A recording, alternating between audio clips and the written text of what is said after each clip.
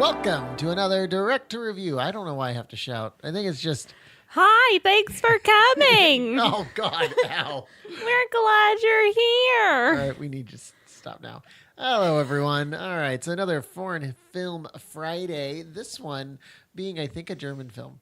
The reason I say I think, yeah, German film. I see Germany. I see New York. But anyways, the reason I say that is because it's all in English. So this is probably going to be one of the few foreign films that we will recommend that you can actually put on and use it as a noise in the background.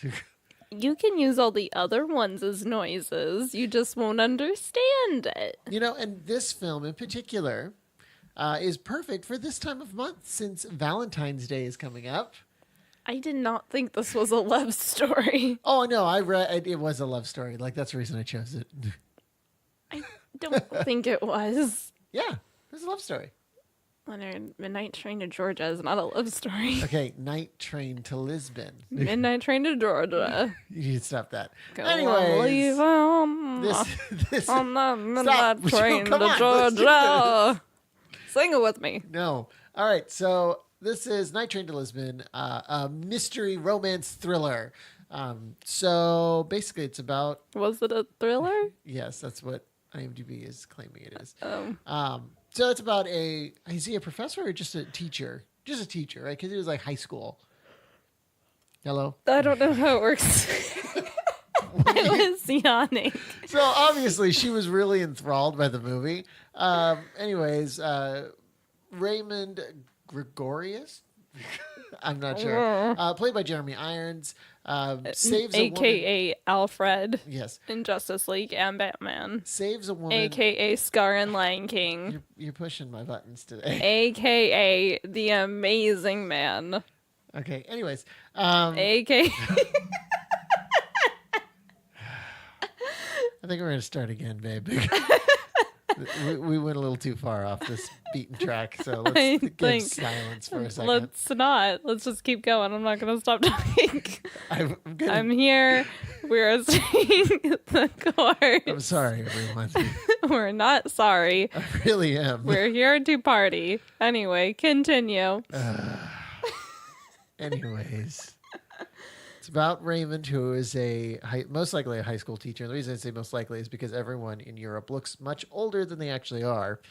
He saves a woman on a bridge from killing herself. And for some reason, she follows him to his classroom where she leaves her coat behind. And in the coat is a book that ends up really entrancing him. It's a Portuguese book. And it's written by, what was his name? Amadeu de Prada. And he is a doctor, a poet, and a resistance fighter, which he finds out later. Being the studious academic he is, he decides that rather than, leave everything to fate. Well, no, he did kind of leave everything to fate. I shouldn't say that. He did just leave. He actually wanted to find out a little bit more when he was looking through stuff in the book. 2 tickets to Lisbon fell out. And what ended up happening is he had 15 minutes to get to a train, and he did it, and he got on. And next thing you know, he's in Lisbon, and he had left his class entirely behind. This is all happening while he was supposed to be teaching his class. I feel like the headmaster dude was like, dude. What? Yeah, and he ended up having to finish teaching the class. And he kept calling every day. He was like, are you coming back? What's happening? So anyways, he ends up following this trail of... basically Amadeo's life through his fighting the resistance and being a doctor and trying to figure out what happened to Stefania, to him, where his life went and how the resistance shaped Stefania things. was his lover, by the way. Yes, Stefania was the woman who could remember everything. She had an eidetic memory. She was able to put everything into her head, whether it was contact information and or pictures or the actual way people looked, and then was able to completely regurgitate it and tell people how or what someone looked like or what particular contact or information. And that was really important to the resistance because that was a way for them to get information across easily in one singular person. There's this whole part where he finds out that Amadeo had a best friend named, was it I have no clue. They kept saying his name, and I was like, I don't. Oh yeah, George. I don't. It was George, right? Well, it was George. I hated George. Who? So it focuses around this little bit of a love triangle that was going on between Amadeo, Stefania, and George. Really, it was two people in love and one person who was in love with another person, and then a deep friendship. George and Amadeo were friends since they were in like prep school of sorts, a more Catholic school. And then Stefania was someone that George met during the Resistance. So she ended up, the first time meeting Amadeo, falling madly in love with him. But this is also after Amadeo saved the life of a man known as the Butcher of Lisbon. And he was kind of hated by people. So he joined the Resistance to basically appease his guilt, even if he didn't want to admit it. And this whole... everything afterwards was basically centered around Amadeo's practice, where they would then like pass information across, and his relationship with Stefania. And his creepy sister. And his really creepy sister, who like loved him. And who like, kind of creepily. Yeah. And who kind of pretends that he's still alive, even though he isn't, and even though everyone knows that he isn't. Like, he hasn't been alive for a really long time. He died in the 70s. Yeah. And he died of an aneurysm, which they tell you early on. So it's not like he was shot and killed. There was no mystery around his death. It was more of a mystery around what happened leading up to his last moment of life, because he ended up having to leave and run. It's just a fantastic story. It's a fantastic mystery. And you don't expect it to be a mystery, honestly, because it's more like, oh, it's just recounting history. But it's all these fragments of stories from everyone's perspective that ends up coming together, and everyone that Amadeo was that was basically important to him has this memory of him in particular, or him specific moment that leads into exactly what happens with Stefania. As he wrote, and they quoted often, every time you leave a place, you leave a piece of yourself. Ooh, so damn. That was the whole movie, by the way. But also in the modern time, Raymond was using Amadeo as a way of trying to see in his life in a certain perspective. He's like, I'm a boring teacher. Yeah, and he assumed that his wife left him because he was boring. Is that an airplane? I feel like that's an airplane that's a little too low. Or the gates of hell have opened. No, that's the helicopter. Is that the police copter? I don't hear rotors. Everyone just listen to this for a moment. That's a very unusual sound. Are we gonna die?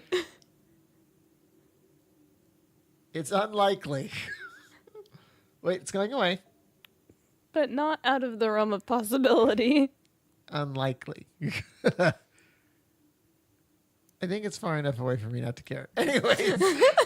I don't even remember where I was. Oh, yeah. Boring teacher. Boring teacher. His wife left him, but he ended up meeting this...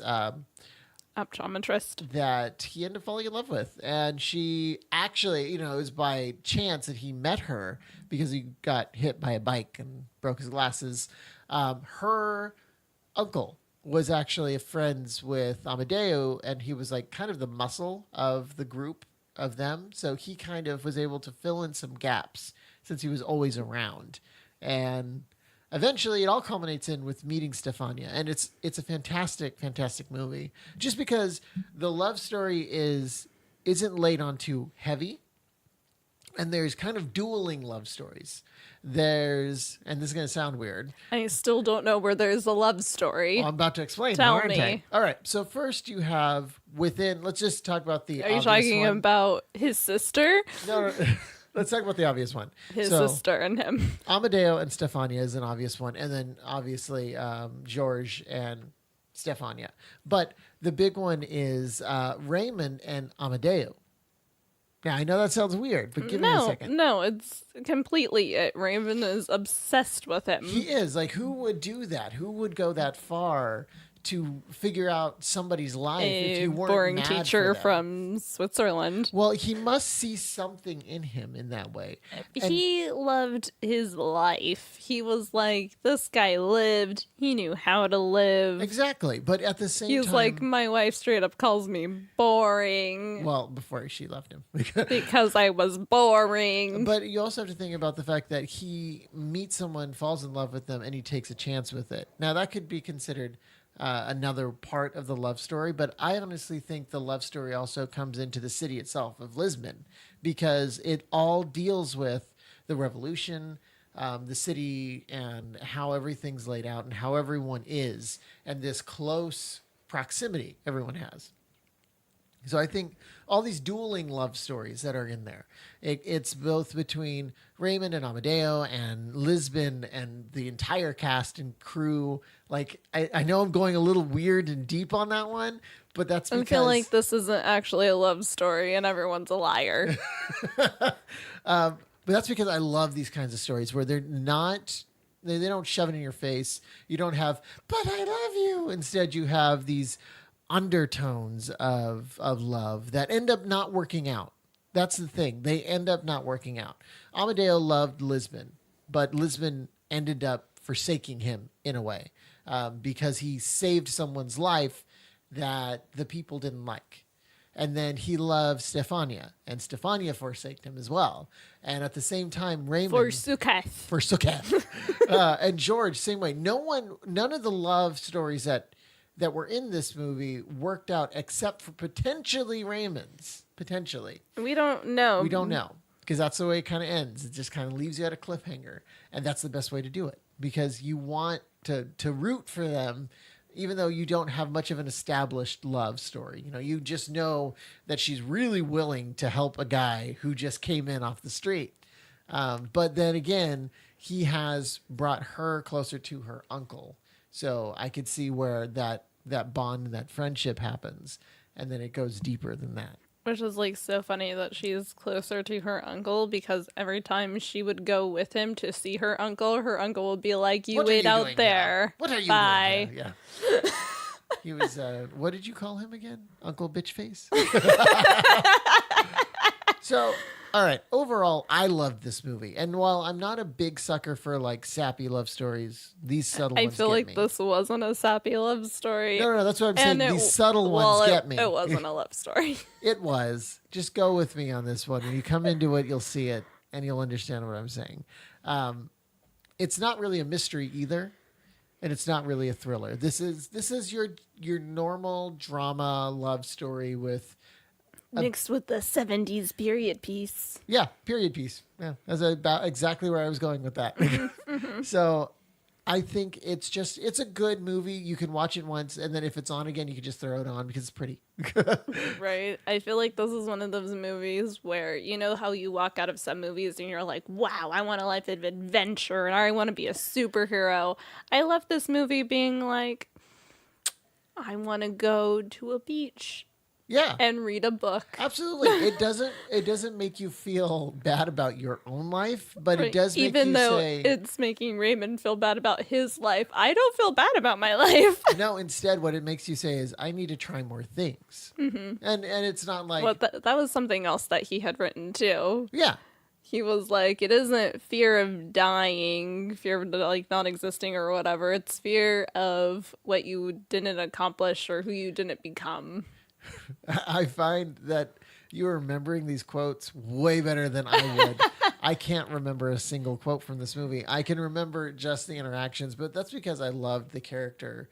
The character I thought he was progression pretty of this. brilliant. So, Well, I mean, yeah, he he was was kind of. I don't know how I feel about this What's his name? Arma what?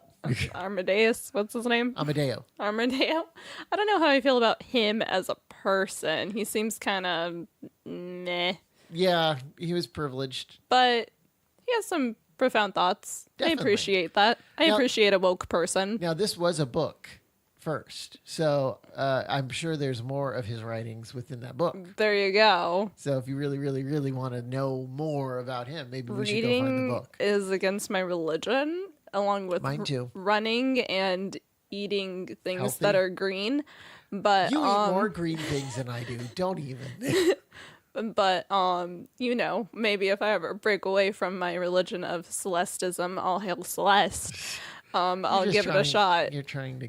I'm trying to plug my religion here. That's stupid. Anyways. It's a great religion. So, I love this movie. I'm giving it a 10 out of 10 gold blooms on this one, and I think it's because I have been in such a wanderlust recently that seeing another person like go for it makes me love it even more.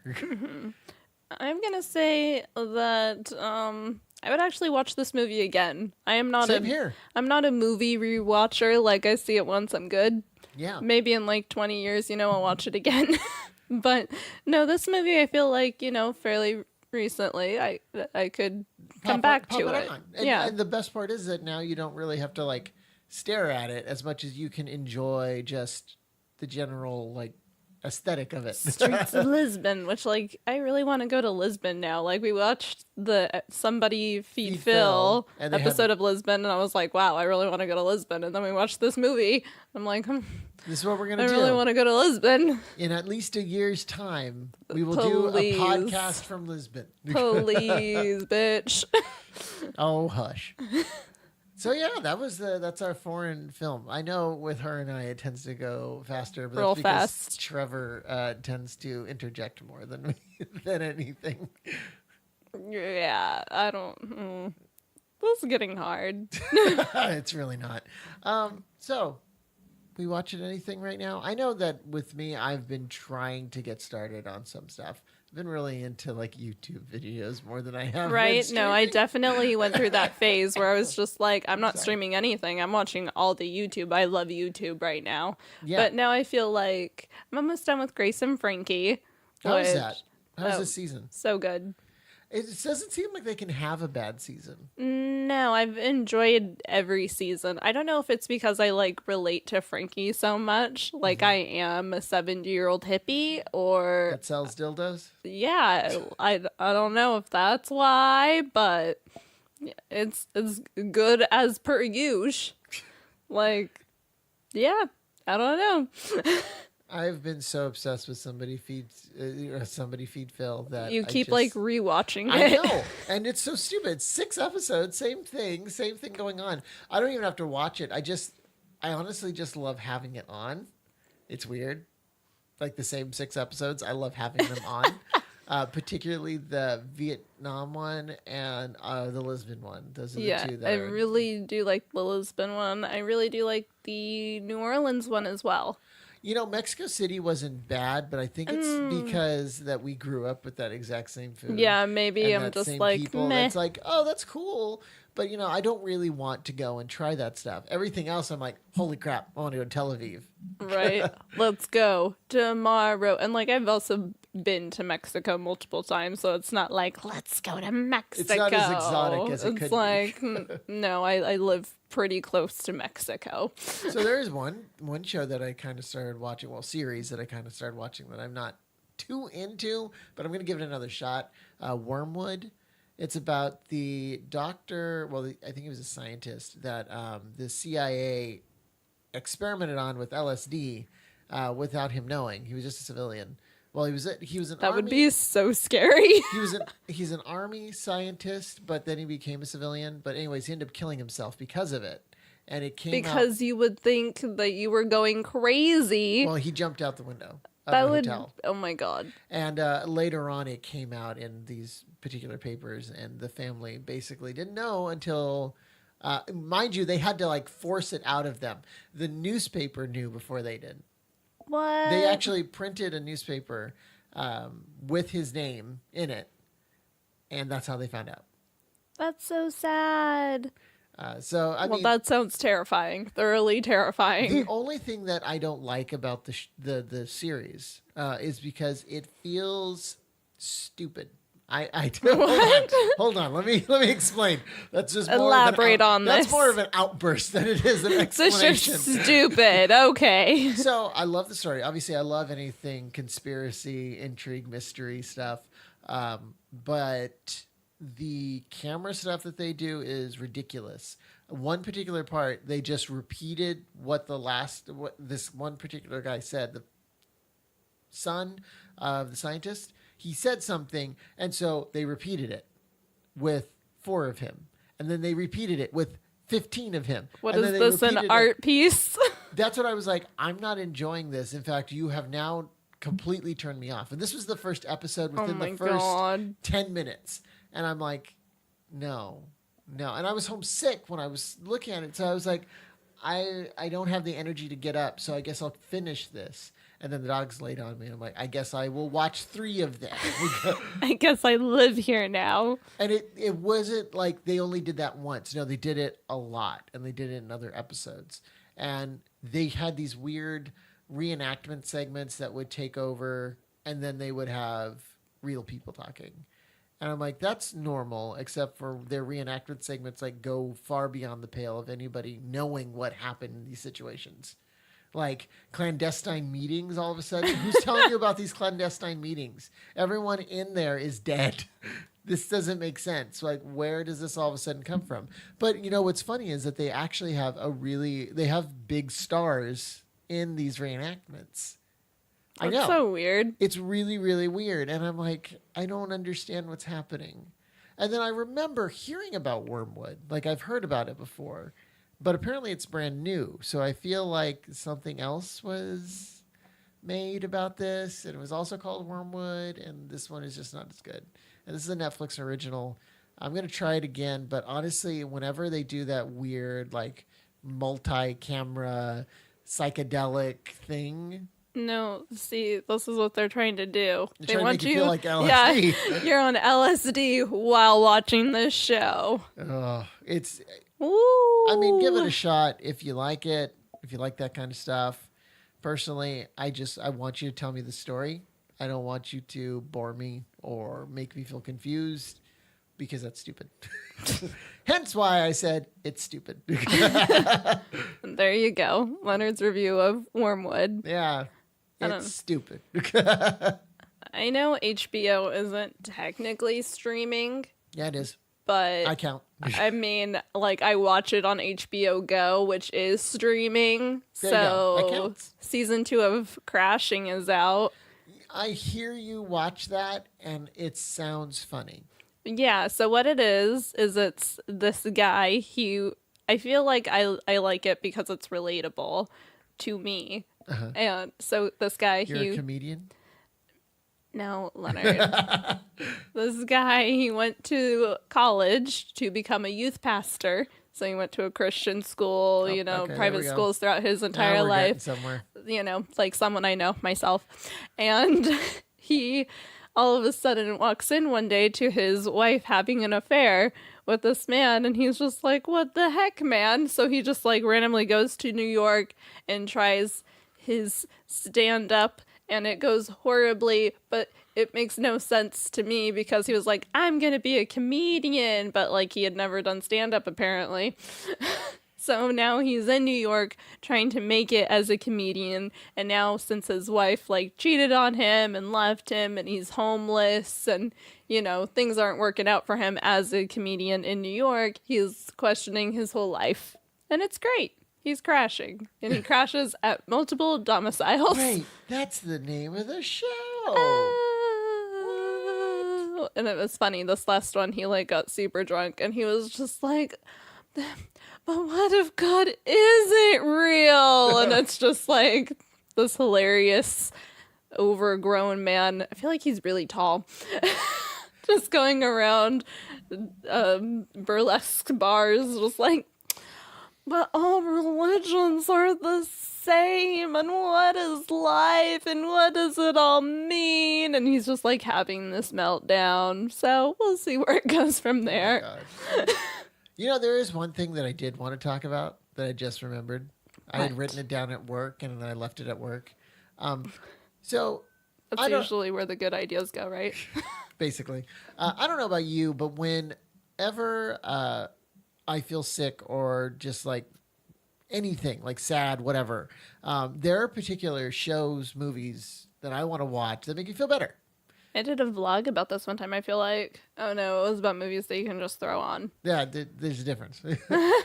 I kind of Like think of them like your go-to happy movies, well, basically. no, I think of them more of like comfort food because they aren't necessarily always happy. You know what I mean? Oh no, The- all of mine are not happy. Usually sometimes they match your mood. So if you're depressed, they're a depressing movie. Like for a long time when I was younger, it was Donnie Darko, and then it became Death to Smoochie. And then as I got older, they got a little bit happier because I was like, if I keep going this way, I may not survive. But is there anything particular? And I'm going to answer it first because obviously I've had more time to think about it. That you have in terms of comfort, like comfort streaming. That's the way I'm going to coin that right now. Comfort streaming. Comfort streaming. Because for me, it's things like A Very Merry Christmas, White Christmas. Obviously, a lot of Christmas going on here. I'm seeing a theme. Yeah. Yeah, there is. For the longest time, but it's no longer on there. It was Top of the Morning by Bing Crosby. Stage Door Cantina, which used to be really, really good and used to be on Netflix. Once again, gone. Top Hat, also gone. But I bought that one, so I still have it streaming. This is going real well. Well, now it's on Amazon, so I have there it you go. It and the Gay counts. Divorcee and those ones. A lot of mine are old movies because I love that. I don't know what it is about the whole celluloid dream from back then. That's what they used to call it. If you the whole thing about a theater was like your celluloid dream. Celluloid was what they used to. That's a film strip, celluloid strip. That's what the. Oh, was this that color thing? No. That's Technicolor. It's something else. Celluloid is the actual film strip. You know, the actual physical film that you run through a projector. And so they used to call it the celluloid dream because whatever was up on the screen is like a dream, like a fantasy. And that's why they also used to have those really soft looks to them because it was supposed to be dreamlike. So I love anything that's like that, and things like I Was a Male War Bride or Casablanca. Those ones to me are super comforting. Casablanca or Casablanca? I say Casablanca. I say Casablanca. It's fine. I don't care either way. Oh, Singing in the Rain. That's a big one for me. Singing in the Rain is a big, big one for me. I have no clue if it's streaming, though. Honestly, it used to be streaming. Yeah, it used to, but I don't know if it... And one no clue. Will always be there for when I'm sad. The Producers, Mel Brooks. But the newer one. Yeah, the newer one with Will Ferrell. And I will always go to Amazon and watch that because that always gets me back up. That's honestly such a good one. I do enjoy that movie. It's insanely good. Absolutely. I'm just going to say it, his best movie, bar none.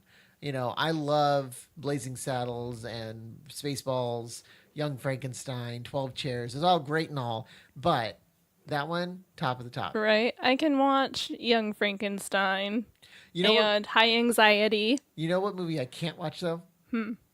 Silent Movie. He made one called Silent Movie. It was about these silent movie stars. It annoys the shit out of me because it is silent. Oh, that's annoying. And because... You have to pay attention the whole time? It doesn't work for me. I don't know why. Like, I love the actors that are in it. It just doesn't work for me. I liked it when I saw it. I just won't watch it again. So not your go-to streaming, your happy streaming movie? So how about you? Anything? Like, even shows. Shows count. No. I just don't have any shows. Honestly, all period pieces. All period pieces. Just all period pieces. In Celeste Almanac, put et al. Period pieces. Period pieces, just from different periods. Like, I can't even tell you how many times I've watched The Other Boleyn Girl. Like, I love it. I've never even seen it. Oh my god. I'm okay. Don't worry. No, about we it. need to watch it. I don't know why. It's just one of those movies. Listen, I don't make you watch Cary Grant. I don't make you watch any of the others. No, but you have to watch The Other Boleyn Girl. You have to. All right, well then you're watching I Was a Male War Bride. Fine. Deal. I don't know what it is. The deception, the Natalie Portman. I don't know. It's probably the Natalie Portman. Probably the Natalie Portman, but I love it. I love me some period pieces and Natalie Portman. And another one that I just like watch is Atonement.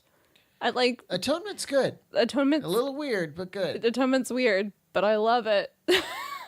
So you really have a style. I have it, or like Becoming Jane with Anne Hathaway about Jane Austen. Yeah, like Love it. Never seen it. Love, like, watched it so many times. We'll continue watching it forever. Like, yeah.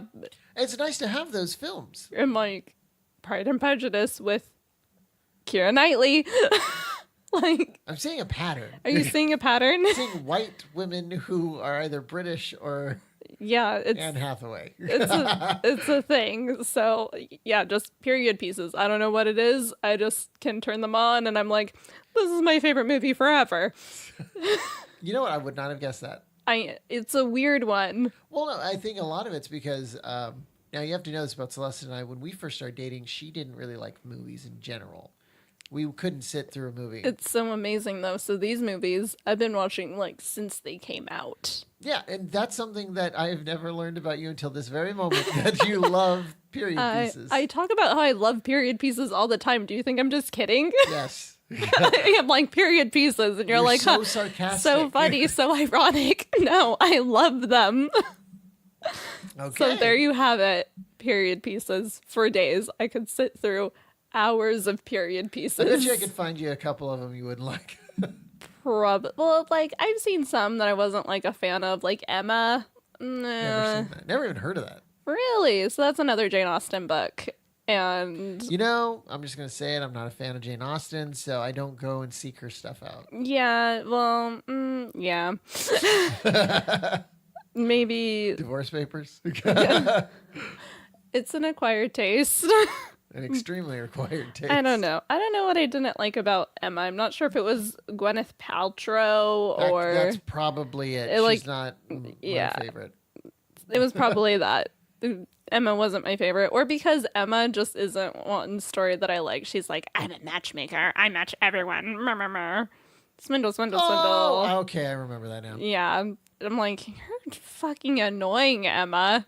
Get over yourself. Get a life. Go ride a horse. I don't know. Become a wife. Do what you do back then. Damn. I know. I'm pretty brutal. I'm trying to think of there are so many films that I consider comforting. There are very few that I will turn to in extreme measures as I do the producers in Top of the Morning. Top of the Morning. Now, if I could ever find that again, if ever I could actually find that movie again, that movie has taken me from my absolute lowest to my absolute highest, because there's something about, now this movie is a Bing Crosby musical.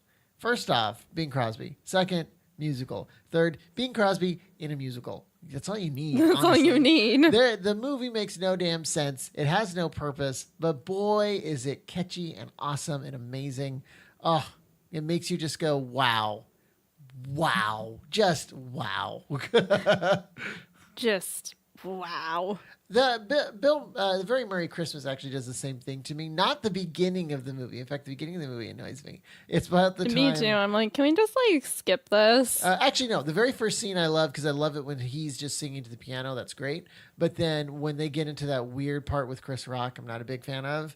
It's when they actually get past that and they get into the bar with like, is it Maya Rudolph? Yes. Yes. Yeah, Maya Rudolph and Jason Schwartzman and that one from Parks and Rec. Anne. I don't know her name. Okay, well, anyways, that's when it gets really good, and it has one of my favorite songs of all times in it. So it's like awesome. Hang on, I'm gonna find Anne's name. Felicia Rashad. There you go. No. Felicia Rashad. No, Rashad. It's Rashada Jones. Rashida Jones. Rashida Jones. Felicia Rashad is Cosby. Yeah. Yeah. But yeah, no, I think it was today I was looking through all the stuff that it says like continue watching or you've been watching this, and I noticed that they're all pretty much the same thing over and over again, and that's particularly that's why. Oh my God. Netflix has The Men Who Stare at Goats. I didn't like that movie. Oh. Divorce papers. We can't be together anymore. Yeah. I'm sure okay, so that explains why you love The Crown. Then. Because your period pieces. Because of your obsession. You know what's one thing that always cheers me up. Anything Ryan Reynolds. Yeah, you cannot deny Ryan Reynolds just as a person. As an actor, as a person, as a comedian, as a everything. As a sexy, sexy man. As a sexy, sexy man with a sexy, sexy wife. You know, I still don't know who Blake Lively is. Because you never saw Sisterhood of the Traveling Pants. I can say No, I have not. Actually, that's probably one of the few movies where I'm like, this legitimately makes me so happy. Like, I love this movie. I think we're going to end it here. Sisterhood of the Traveling Pants. Because now we've gone down a road that I don't think we can recover from. Because it's amazing. Oh my God. Anyways, I think I think that we have sufficiently talked about everything that I can think of. Same. All right. Well, you know what? Let us know what your comfort streams are. We're going to post something up on our Facebook page. So head on over there when you get a shot and answer it. Let us know what your favorite streaming And movie is it Casablanca or Casablanca? That is not going to be a question. Let us know. No. Anyway, let me know. Let her know. Send her a message. All right, everyone. Have a wonderful whatever time of the day it is, and we will talk to you later. Bye-bye. Toodles.